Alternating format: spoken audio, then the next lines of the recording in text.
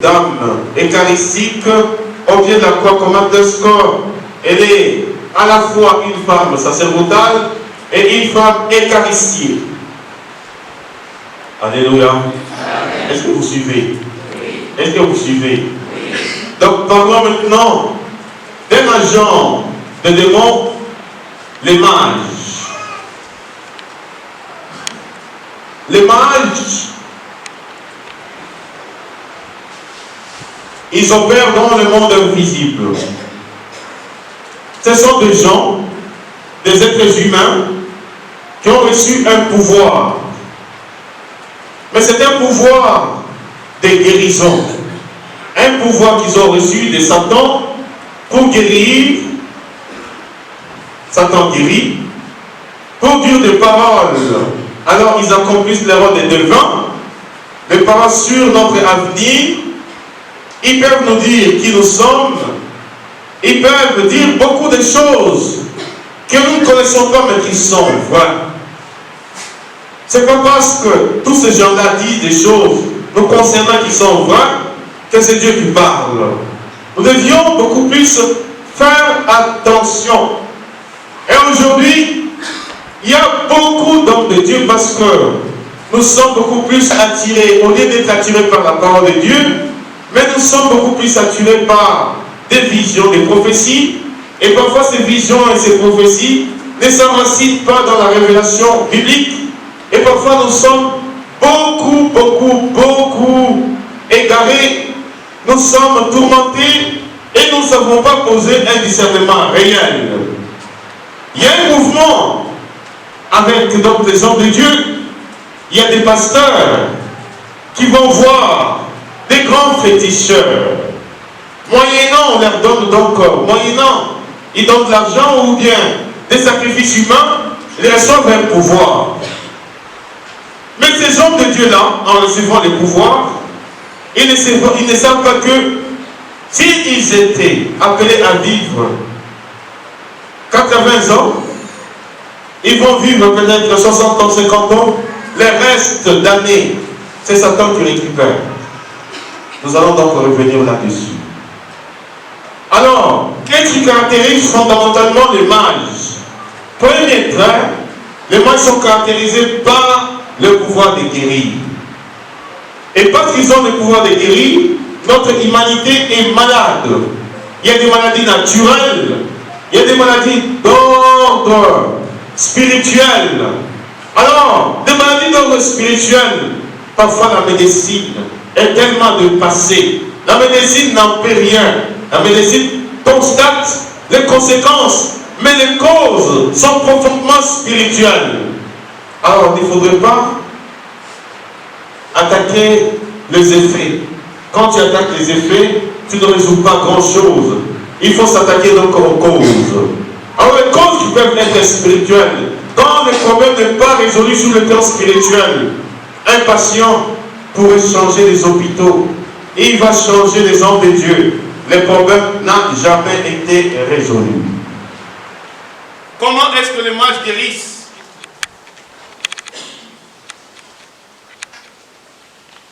Il y a d'abord 3 modalités. La première modalité, c'est que ils guérissent, ils font des guérisons provisoires ou des guérisons à effet suspensif. Ces guérisons-là, lorsque tu vas voir un mage, je souffre des maux de ventre, des maux de tête, tout de suite, vous savez, les mages c'est comme des féticheurs, c'est comme des sorciers. Lorsque tu vas voir un sorcier, il y a toujours 3 éléments importants. Premier élément, les sorciers, Satan n'a jamais créé, mais il ne fait qu'imiter ce que Dieu a mis en place, ce que l'Église a mis en place. Chez les sorciers ou chez les mages ou chez les devins, il y a 3 éléments. Premier élément, il y a ce que vous appelez prêtres. Prêtres, c'est les féticheurs. Deuxième élément, il y a un charlatan. Les charlatans, c'est les guérisseurs.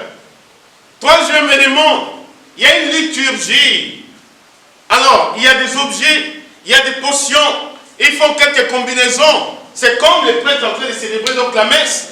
À un certain moment, il y a des paroles qui disent que les chrétiens n'entendent pas.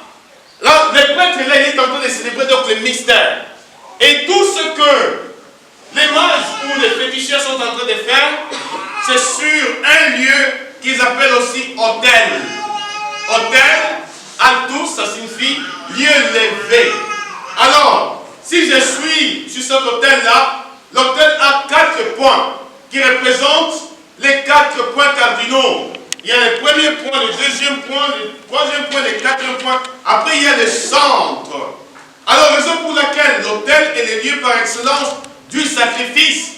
Lorsque les mages célèbrent, lorsqu'ils font leur, je ne sais pas quoi, alors, ils représentent le monde entier. Vous savez, pour que ma messe ici soit valide, il faut que je puisse citer 2 personnes importantes. Pour que ma messe soit valide et que je comprenne que je suis dans l'église catholique romaine, je dois citer d'abord le chef suprême de l'église. C'est qui? C'est le pape. Je dois citer son nom. Et après, je dois citer l'élève sur le plan local auquel je suis rattaché. C'est qui? C'est Monseigneur Fulgence Mouteba. Il y en a parmi nous ici à un certain moment. Ils sont allés, je ne sais pas, l'église, comment on appelle ça? Catholique libérale. Catholique libérale. Non, mon père. Là, ce sont des prêtres authentiques. J'ai dit, hey, ils font la messe, mon père. J'ai dit, hey, vous ne savez pas que les mages font aussi la messe. Donc, le jour où vous allez trouver quelqu'un habillé avec une robe, chasuble et étole quelque part, en train de faire. Donc vous allez dire que celui-là, c'est un prêtre, et pourtant un grand sorcier. Mais les chrétiens, ayons un peu de discernement. Alors dans la messe, j'ai dit, bon, toi qui me dis comme cela, va voir. Sois attentif. Si dans les livres qu'il utilise, qu'on appelle les missels, il cite le nom du pape François, il cite le nom de Monseigneur, à ce moment-là c'était Tafunga, Jean-Pierre Tafunga, paix à son âme. Tu viens me dire, je te dirais que cette messe-là est authentique. La personne était intellectuelle. La personne est allée, il s'est rendu compte que ni le pape n'a été cité, ni Monseigneur Jean-Pierre Tafunga n'a été cité, et la personne vient me dire, mais mon père, je n'ai pas entendu leur nom. J'ai dit, voilà. Donc leur messe là ne peut même pas être considérée comme une messe valide. Alléluia. Amen. Alléluia. Amen. Alors, les devins, les mages, ils sont là, sur l'autel, ils célèbrent une messe noire. Alors, ils vont invoquer leur chef suprême. Ce n'est pas... C'est une référence diabolique. Ils vont te citer un nom. Un nom peut avoir consonantique. Quand tu le prononces, tu peux te mordre de la langue. Ils vont citer ces noms-là. Et maintenant, c'est ces noms-là qui leur donnent toutes les informations sur la personne. Ils peuvent te demander une photo. Alors, lorsque tu apportes la photo, ils ont maintenant tous les renseignements. Il y en a d'autres qui procèdent. Ils ont les miroirs. Un miroir qui leur donne toutes les informations sur ta vie. Et à ce moment-là, maintenant, c'est cet esprit-là qui va leur dire ce qu'il faut faire pour pouvoir te guérir. Alors, il t'invite, il te dit, bon, tu vas faire ça, tu vas faire ça, tu vas faire ça. Toi, tu n'as pas la foi en ce qu'ils sont en train de te dire. C'est une portion magique. Nous, dans l'Eucharistie, nous disons, quand le prêtre célèbre sur l'Eucharistie, il va dire, il est grand le mystère de la foi.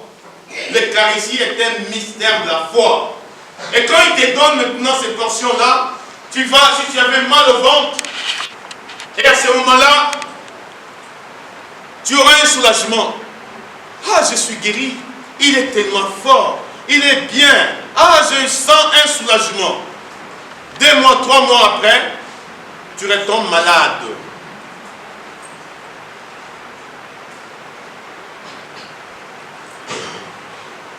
2 mois, 3 mois après, tu retombes donc malade. Qu'est-ce que tu vas faire? Ah, c'est lui qui m'avait guéri. Ça, c'est la première modalité. Guérison provisoire ou guérison à effet suspensif. D'où vient cette guérison-là? Si tu as été victime d'un sort, les esprits entre eux, les esprits méchants, ils collaborent. Ils peuvent situer l'origine de ce mal-là. Ça vient de tel endroit. Alors, ils vont consulter. Non, pourquoi tu as fait cela? Parfois, ils peuvent même payer ta dette. Et à ce moment-là, tu as un petit soulagement. Ils te donnent bon, l'antidote de cette maladie. Voilà ce que tu dois faire, voilà ce que tu dois faire. Et maintenant, quand tu t'en vas, en fait, tu as un soulagement. 3 mois, 4 mois, 5 mois, tu retombes malade. Tu repars maintenant voir la même personne en disant, mais, oh, mais cette fois-ci-là, je suis encore tombé malade. Alors il t'amène toujours dans leur petite chambre noire, en te disant, bon, tu restes là, je vais demander aux esprits, qu'est-ce qui s'est passé? Ils arrivent sur leur autel, le prêtre fait le sacrifice, le charlatan là qui est le guérisseur, il est associé, il fait quelques bricoles, après il va te dire, les esprits m'ont dit cette fois-ci là, ils t'ont lancé un sort terrible. Ah ça là, pour pouvoir enlever, il faut que tu donnes autant d'argent. Il faut donner beaucoup. Et tu vas donner de l'argent. Ils vont même dire, ah c'est telle personne, un membre de ta famille, ta tante ou ton oncle. Est-ce que tu peux nous donner une photo, quelque chose qui lui appartient? Tu vas amener. Et ils vont maintenant faire ce qu'on appelle guérison par transfert. Dites guérison par transfert. Alors, ils prennent la maladie, ils te l'enlèvent. Soit, ils vont coller cette maladie sur un des membres de ta famille, ce qui arrive. Soit, ils vont coller cette maladie dans un arbre, ce qui arrive. Soit qu'ils vont prendre cette maladie-là, ils vont jeter entre les croisements des chemins. Le premier qui va piétiner, c'est ce qu'on appelle tétat. Comment les choses là qu'on jette après ton pied deviennent noires? C'est quoi là? Hein? Machichi.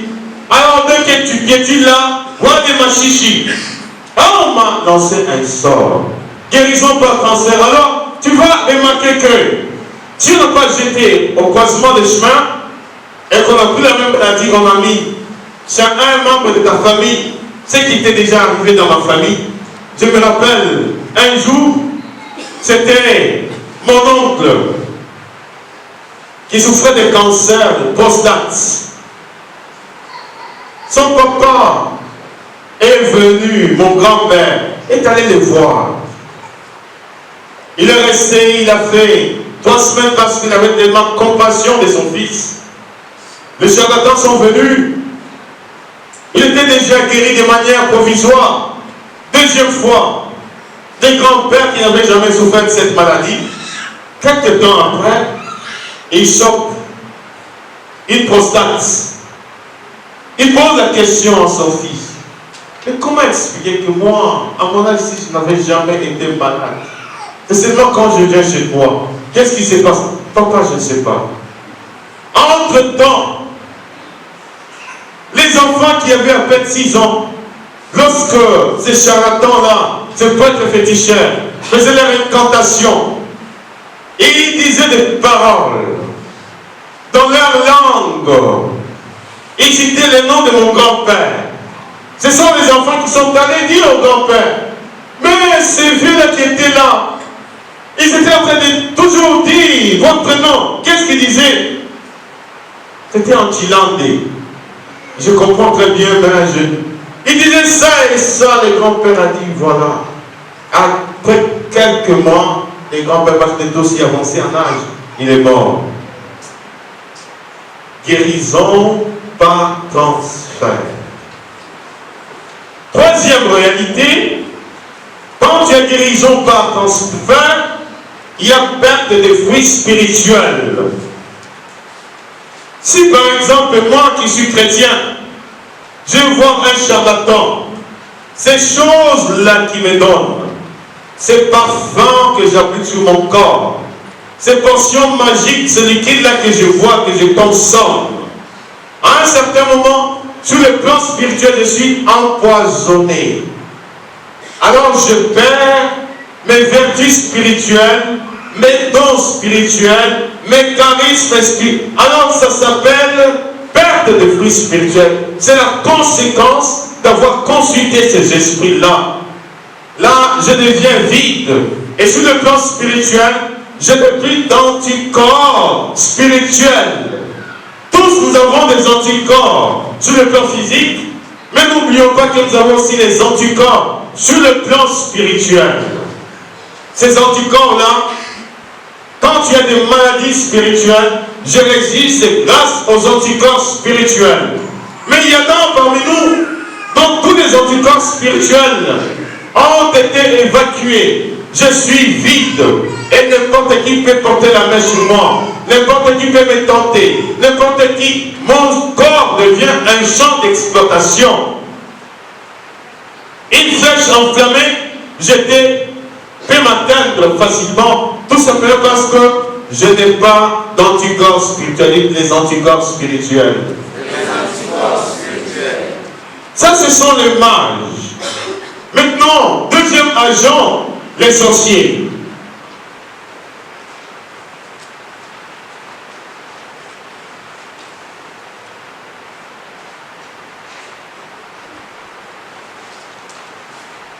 Il y a plusieurs sortes de sorciers.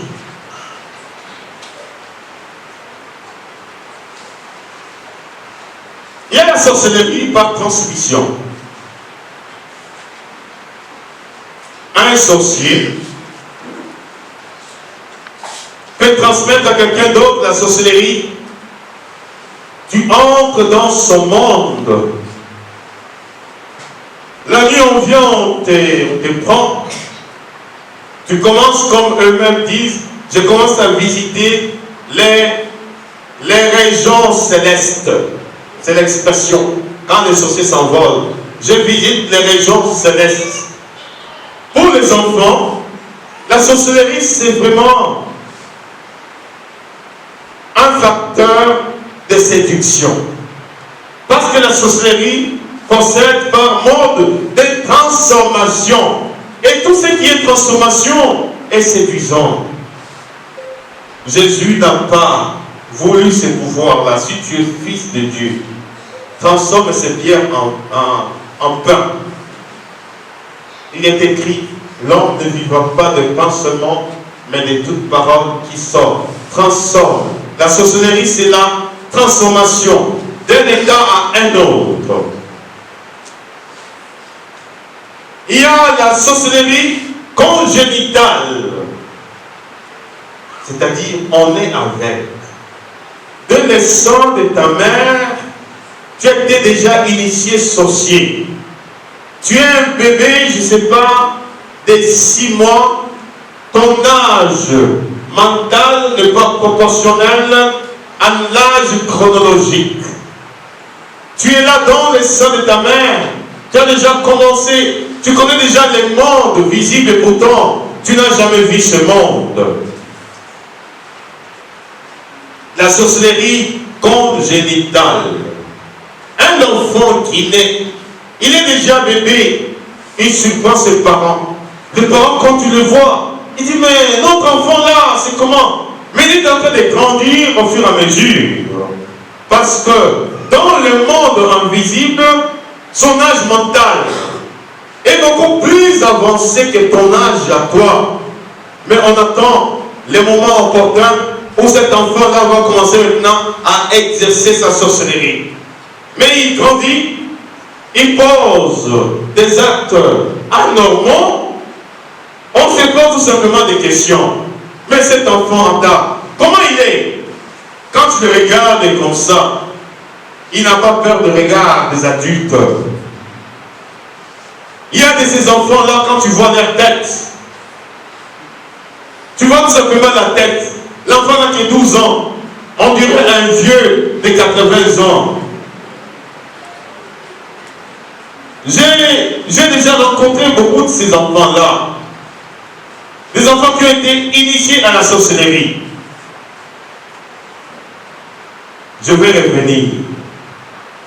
La sorcellerie poursuit fondamentalement 4 buts.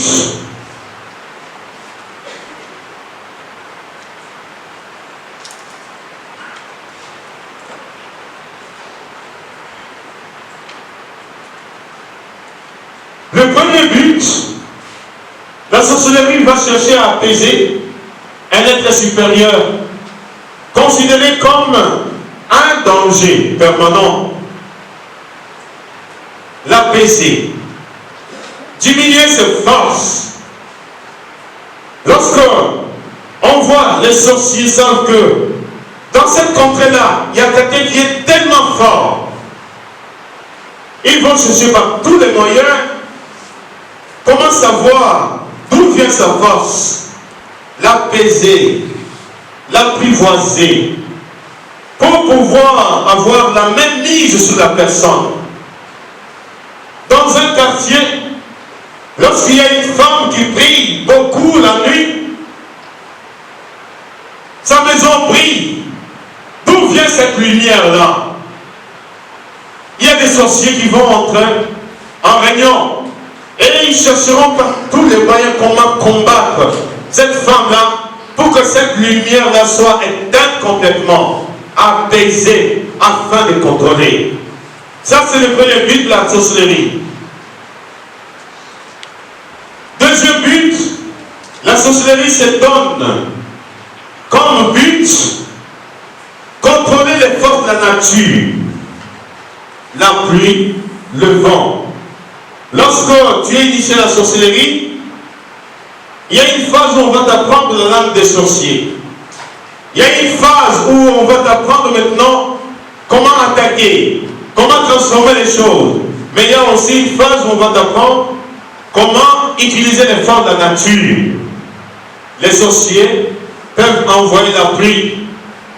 Par exemple, quand ils savent qu'à tel endroit, il y a retraite ouverte et qu'il y a des enjeux spirituels importants, on peut être dérangé par la pluie.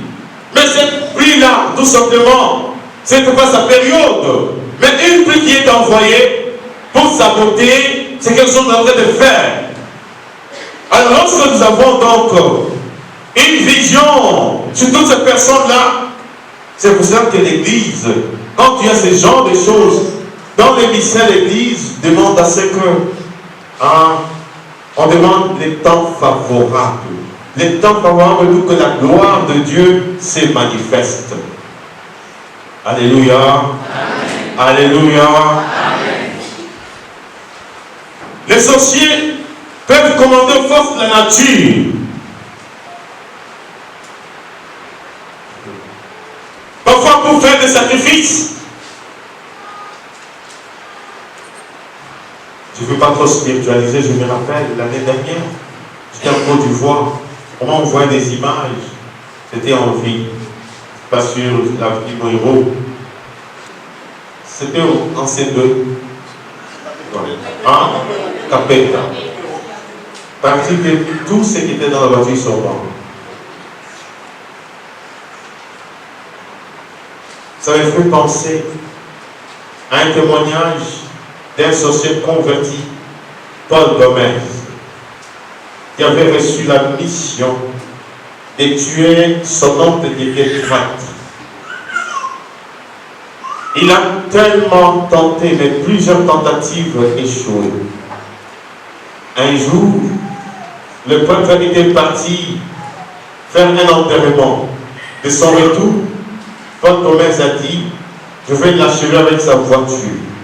Je vais commander aux forces de la nature. Il y a un arbre qui va s'abattre sur sa voiture. Et effectivement, lui-même était dans cet arbre-là. Mais de manière mystique, quand son oncle venait avec la voiture, il passait. Alors, l'arbre, il n'y avait pas la pluie. Alors, juste lui était en train, les sorciers, il est en train de voir ce qui se passe. Mais il s'aperçoit que il y avait une dame habillée en blanc qui a pris le volant. L'ombre se déplaçait, le prêtre s'est déplacé et la voiture était soulevée jusqu'à ce que la voiture allait tomber. L'arbre ne s'est pas abattu sur la voiture. L'ombre est sorti, il n'avait aucune égratignure, la voiture n'était pas abîmée, il a continué son chemin. Pour l'ombre, c'était l'arbre, mais il s'est posé la question. Attends, qu'est-ce qui... Alors quand il est arrivé, il a vu les grands baobabs. En fait, il s'est arrêté, il a vu les grands baobabs, il a pris des films avec son téléphone. Et arrivé à la maison, au presbytère, il commence à raconter cela. La première personne qu'il voit est son neveu. Mais il pose la question, qu'est-ce que tu as fait? Son neveu a commencé à trembler. Il a commencé à trembler et c'était le jour où son neveu, sorcier, Gomez, s'était converti et il lui a dit toute la vérité en disant que non, ça c'était la dernière tentative. On lui avait demandé de voler ses habits liturgiques qu'il avait volé l'autre pour que dans le monde des sorciers il fasse des incantations. Quand tu vas mettre cet homme-là, ils ont mis beaucoup de maladies, mais quand ils ont emmené l'ombre dans leur monde, alors ils se sont rendus compte que l'ombre qui était blanche était tellement ensanglantée. Et les grands sorciers ont dit, mais, dis, où est-ce que tu as pris cet homme-là? Retourne vite avec ça. Pourquoi? Parce que c'est la même ombre qu'il met pour faire la messe. Les habits liturgiques. Souvent je vous dis, quand moi je m'habille, ces habits liturgiques constituent une arme spirituelle pour nos prêtres. Je ne vais jamais mettre mon ombre sans avoir dit cette prière.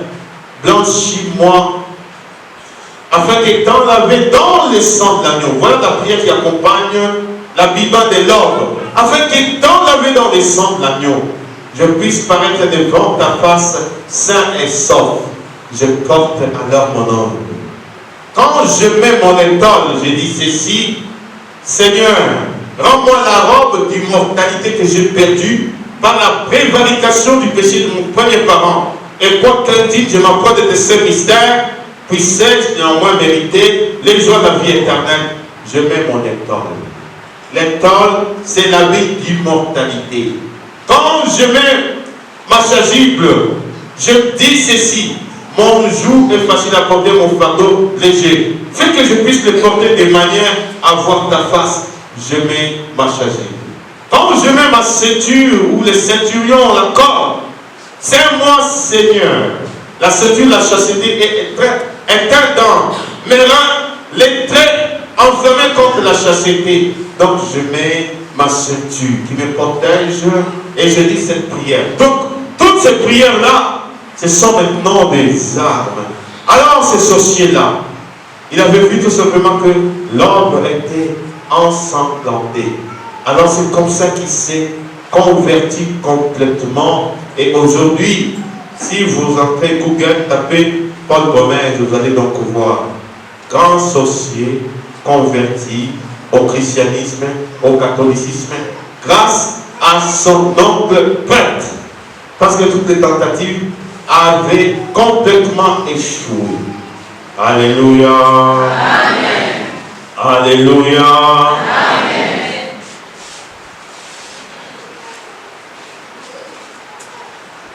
Troisième but, troisième but, la sorcellerie cherche à écarter les maladies.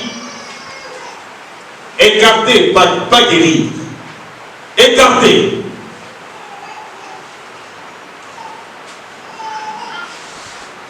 C'est comme je viens de le dire, des guérisons provisoires à effet suspensif de guérison par transfert.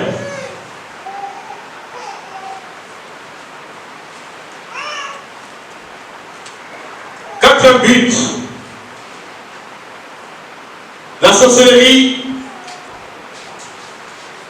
cherche par tous les moyens à contrôler d'autres êtres humains pour les terrifier.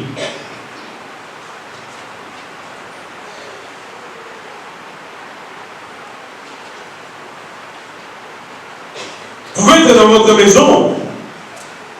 Comment cette sorcellerie contrôle?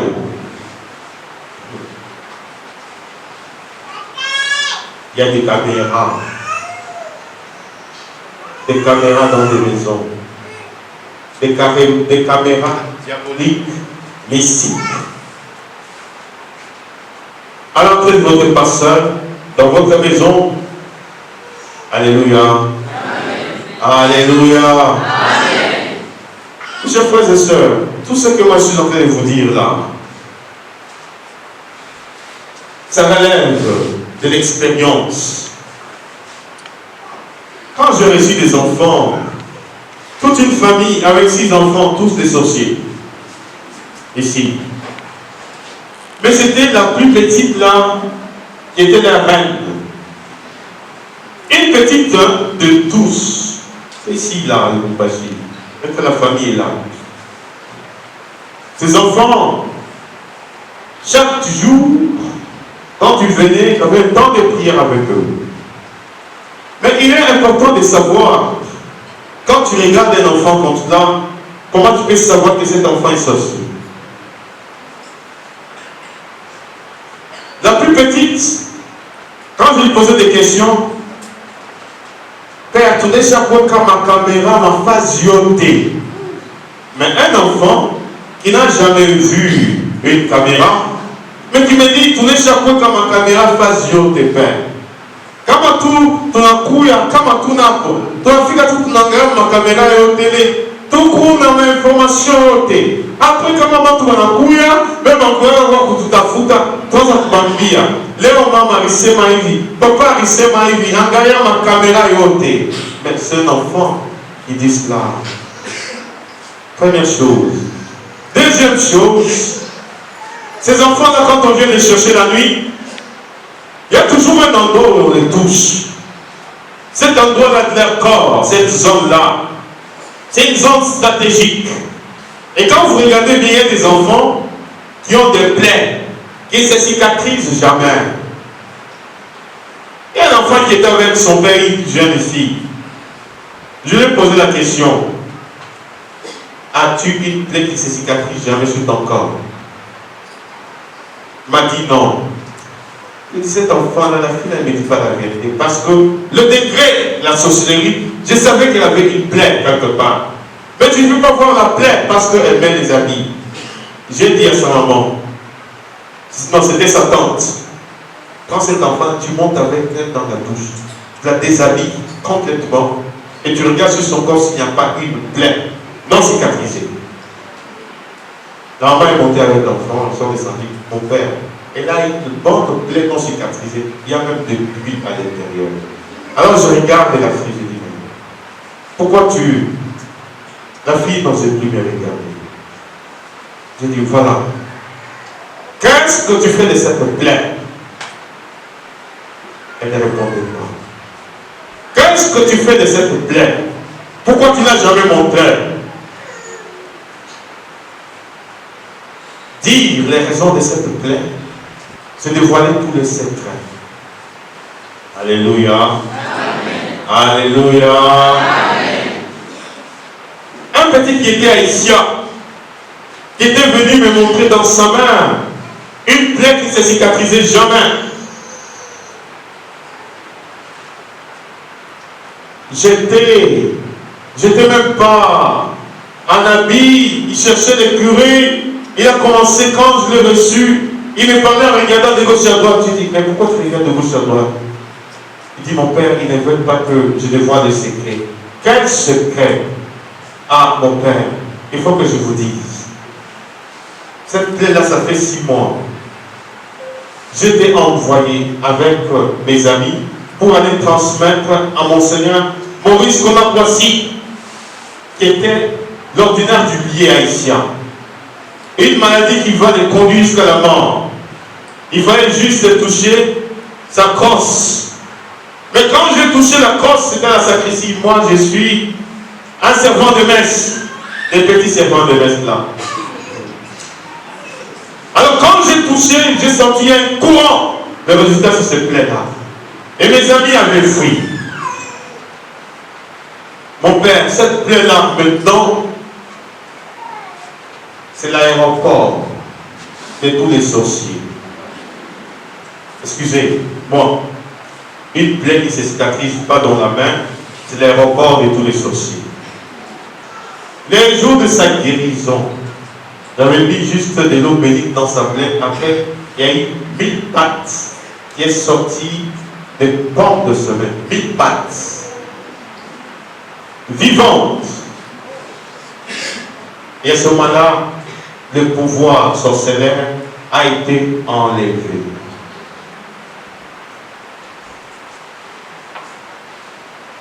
Alléluia. Amen. Alléluia. Amen. Vous savez que il y a beaucoup, la sorcellerie devient un phénomène social. À Daloa, en Côte d'Ivoire, des enfants avaient reçu la mission de transmettre la sorcellerie à toute une école. Toute une école, la mission. À travers simplement les biscuits, les arachides. À Jean-Paul II, notre école communauté de béatitude, il y a des enfants qui avaient reçu la sorcellerie et commencé à transmettre aux autres. Heureusement, ce n'était pas parti loin. Je suis arrivé, j'ai appelé ces enfants-là. Je les ai interrogés. On a dû prendre le temps. J'ai appelé leurs parents qui ne savaient même pas que ces enfants-là étaient sorciers. Et jusqu'aujourd'hui, leur pouvoir a été complètement dépouillé. Et il y a de ces enfants-là qui reçoivent juste la mission dans des écoles de transmettre la sorcellerie. Et ils le font très bien. Souvent quand je dis, n'envoyez pas vos enfants chez leur grand-mère. Les parents sont les premiers représentants de Dieu sur la terre. Et ils doivent s'occuper bien de leurs enfants. Une de mes nièces, ma cousine est venue me l'amener. Mais qui a sacrifié 2 de ses frères. Tout simplement parce que grande sorcière, un membre de la famille, qui avait initié tout ce qu'elle était partie en vacances. Père, puis, Anita a tout bougé, quoi, c'est quoi, tu dois gagner, tu dois gagner. On a même toi pour visiter ma région céleste. Ton aide, si on a mis mon yeux, nous avons comme Bami qui oulé, mais on a beaucoup bambou, mais on a le bambou, mais on a Ivy. Et quand je regarde, une fille très belle, en présence de ses parents, on a prié pour délivrer cet enfant. Alors, le chrétien, c'est l'Église qui a ces pouvoirs-là. Et ces ministères que nous exerçons, c'est en nom de l'Église. En nom de l'Église.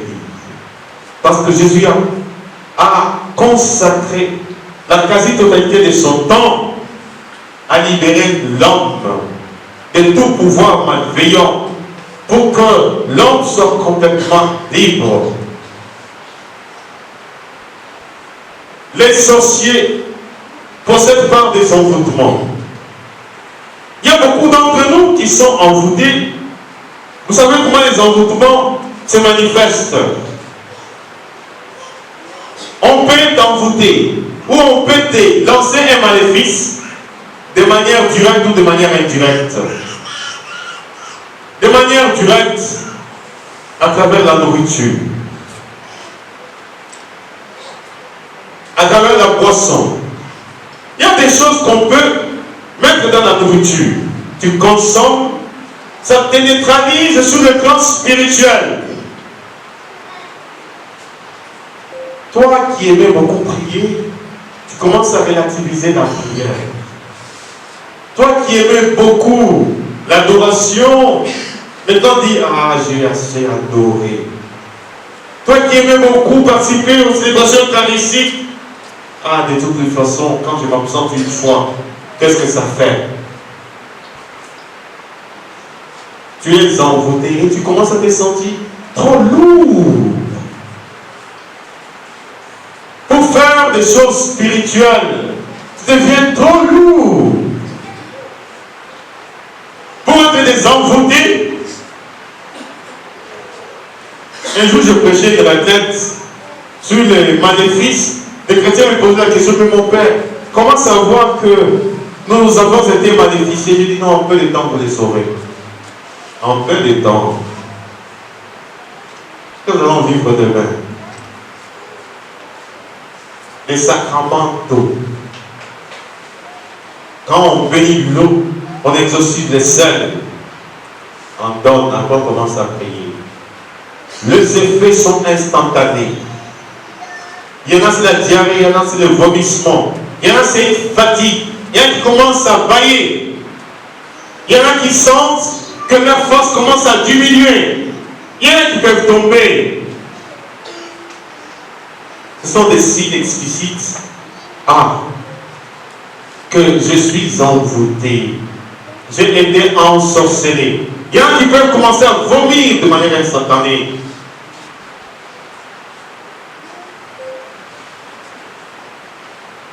Alléluia. Amen. Alléluia. Amen. Comment combattre la sorcellerie?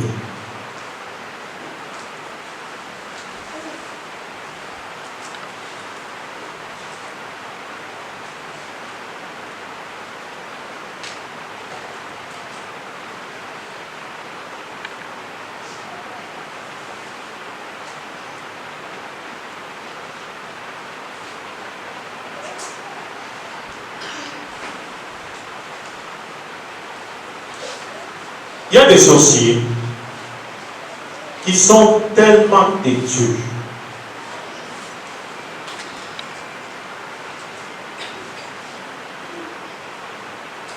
Quand tu es un homme de Dieu, un authentique chrétien, il les dérange.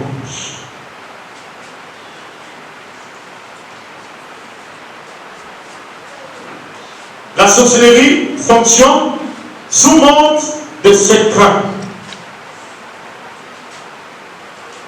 Quand tu intègres une confrérie des sorciers, la première des choses qu'on t'apprend, c'est la discrétion. Tu ne peux pas te voiler. Si tu te voiles une chose là, ils vont te chicoter.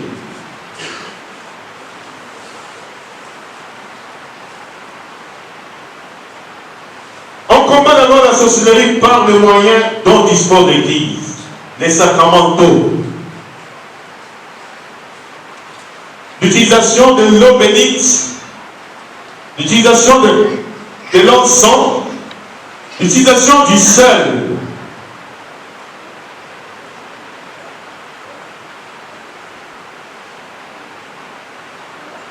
Il est important, chers frères et sœurs, de faire le ménage complet dans sa maison, dans sa chambre.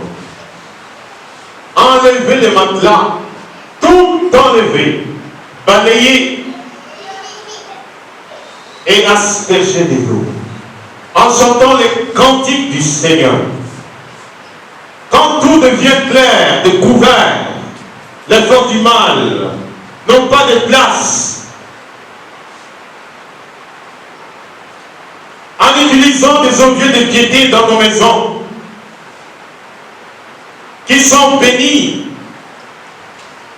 la croix, le chapelet, des images pieuses,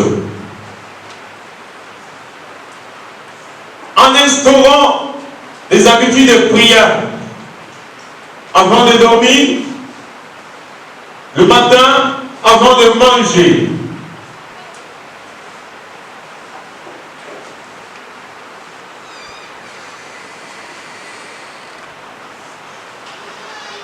En demandant c'est que tous les enfants soient baptisés.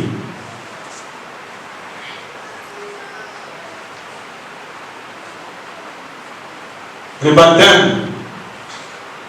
En Côte d'Ivoire, il y avait une petite que j'encadrais qui n'était pas baptisée, était sorcière.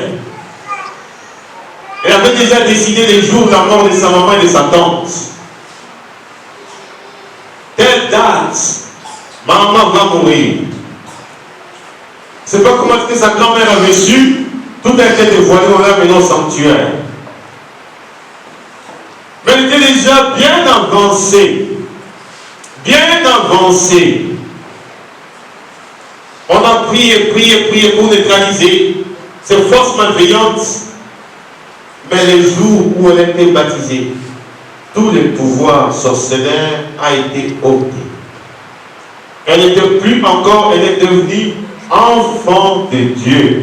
Elle ne voyait plus encore bien. Ne regardez pas les enfants 7 ans, 8 ans qui n'ont pas encore reçu le baptême.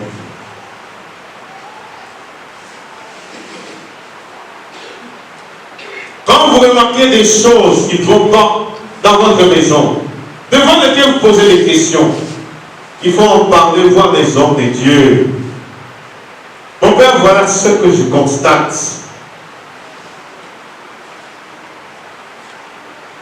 Ces hommes de Dieu-là qui ont un peu d'expérience vous donneront des tentatives de solutions.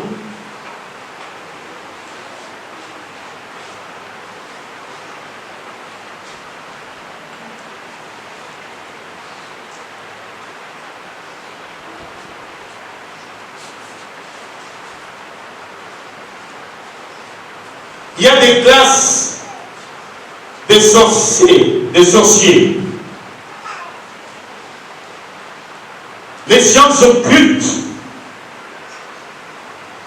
ou les religions païennes font partie des classes de la sorcellerie.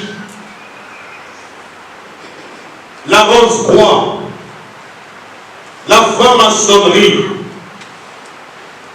les sciences occultes. Ce mari-là pratique la sorcellerie. Vous avez un mari franc-maçon, mais qui pourrait avoir de grandes responsabilités dans l'église. Il est là toujours. Mais attention. Peut-être que ce n'est pas sa faute, parce que quand tu entres dans ces mouvements, la rose-croix, on veut d'abord t'apprendre la première des choses que Jésus était un grand réjouissant.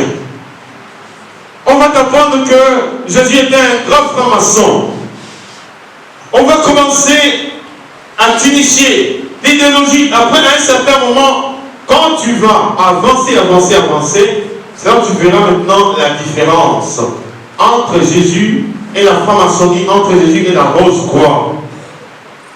Alors on va te dire que quand tu es là en tant qu'être humain, tu peux devenir Dieu. Tu n'as pas besoin. La seule faculté qui sauve l'humanité, ce n'est pas l'amour, ce n'est pas le sang de Jésus, c'est la connaissance. Et il faut avoir beaucoup de connaissances, raison pour laquelle aujourd'hui, des gens qui sont naturellement intelligents, ils sont recrutés. On leur donne même des bourses, faut faire des études à l'étranger, peut te dire simplement que c'est parce que tu es intelligent, et pourtant c'est une façon de t'associer. Lorsque tu vas finir en Tunisie, on t'envoie des livres, la rose-croix, pour pouvoir t'ouvrir l'intelligence. Tu es déjà initié. Et on te promet même des postes importants. Quand tu auras fini, automatiquement tu trouves un engagement. Un poste important. Parce que nous sommes appelés à fabriquer aussi des avions, des trains. Tout ça là, c'est la rose-croix. La franc-maçonnerie. Alors, on veut maintenant te présenter toutes les grandes technologies du monde. On te dira que si le monde est arrivé à un tel niveau, sur le plan scientifique, sur le plan technologique, C'est grâce à la rose croix. Et alors, parce que tu as vide des connaissances, mais moyennant des sacrifices humains. Et quand tu es un rosicrucien, tu n'as plus de femme. Ta femme est considérée comme un objet. Quand tu es une rosicrucienne, ton mari est considéré comme un objet. Une dame à Paris, un jour m'avait invité. Prier. Me disait mon père, je ne comprends pas. Paix à son âme, son mari est déjà mort, c'était un ambassadeur, quand je parle, je ne citerai pas son nom. Dis mon père, la nuit, quand je me lève, je ne sais pas si je suis en train de rêver, mais je vois toujours mon mari venir avec des griffes impressionnantes. Ça me fait peur. Je crie, après je sursaute. Je le vois, il est à côté de moi. Je dis, mais qu'est-ce qui se passe? Non, écoute, pourquoi tu as crié? Par respect, je ne lui dis pas ce que je venais de voir.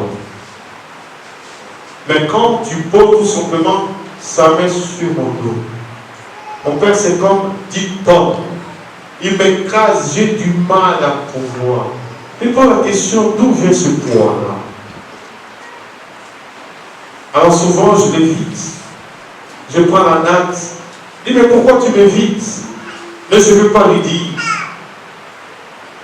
Mon père vient d'abord prier. On a prié. Effectivement, on est entré dans sa chambre pour la première fois. Il avait un petit sac là. Par inadvertance, elle sautait et s'est heurtée contre quelque chose. Le petit sac est tombé. Effectivement, il y avait des ongles des animaux de l'île.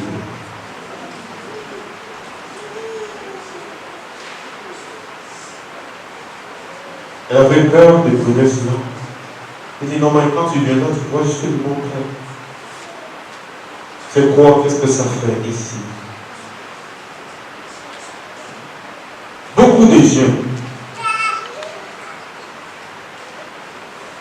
des directeurs des écoles, aujourd'hui, c'est devenu un mouvement social. La rose pour la franc-maçonnerie. Surtout dans des grandes villes, telles que Lubumbashi, telles que Kinshasa, telles qu'Abidjan. Un jour, c'était mon grand frère qui avait sollicité un emploi quelque part à Kinshasa. Il a passé les tests, il a satisfait. Après, il s'en va le jour où il devait signer son contrat. Il avait un stylo comme moi, il voulait signer. On dit non, on t'a pas dit. Non, c'est pas vrai, il y a une encre que tu vas utiliser. Et on lui a donné un stylo, l'encre c'était du sang. On lui a dit donc il faut donc tremper. Là, tu signes. L'encre c'était du sang. Le sang humain. Et quand il a regardé, il dit mais c'est quoi cette encre? Il dit ça c'est du pain. Et quand il a regardé, c'était du sang humain. Il avait le choix entre signer et être engagé et refuser. Il priait intérieurement, il a reçu une force. Il a dit non, il ne décide pas. Mon ami, tu as perdu ton travail. Il dit voilà, je préfère perdre mon travail. Il est parti. Mais le combat qu'il a eu. Il est toujours important. Aujourd'hui, comment comprendre cette parole? Personne ne peut servir deux maîtres à la fois. Aujourd'hui, on va te demander de faire un choix entre Jésus et la franc-maçonnerie, entre Jésus et la rose croix. Alléluia. Amen. Alléluia. Amen. Et là, nous avons beaucoup de nœuds. Beaucoup de nœuds. Alors, s'il y en a qui savent, qui ont été impliqués dans toutes ces choses-là, de manière directe ou de manière indirecte, commencez par faire vos petits nœuds. Vendredi, de manière symbolique, vous allez pouvoir présenter pour que le main de la Vierge Marie dépasse ces nœuds. S'il y en a qui sont bien impliqués dans toutes ces histoires-là, n'ayez pas honte, n'ayez pas peur. Veuillez nous voir, et s'il y a des choses, n'entrez pas dans l'année 2022 avec un quelconque poids sur la conscience.